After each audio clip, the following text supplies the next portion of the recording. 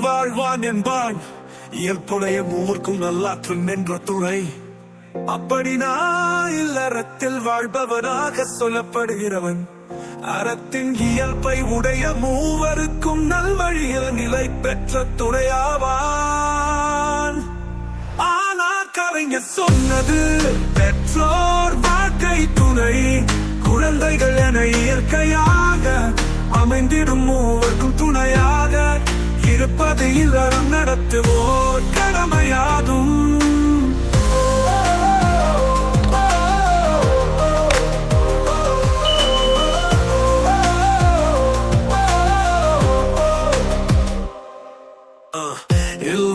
வாழ்வான் இயல்பாய மூவர்க்கும் நல்லாற்று நின்ற துணை.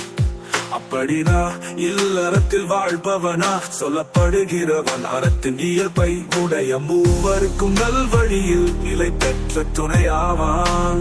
ஆனா கலைஞர் சொன்னது பெற்றோர் வாழ்க்கை துணை, குழந்தைகள் என இயற்கையாக அமைந்திடும் மூவருக்கும் துணையாக இருப்பது இல்லறம் நடத்துவோர் கடமையாகும்.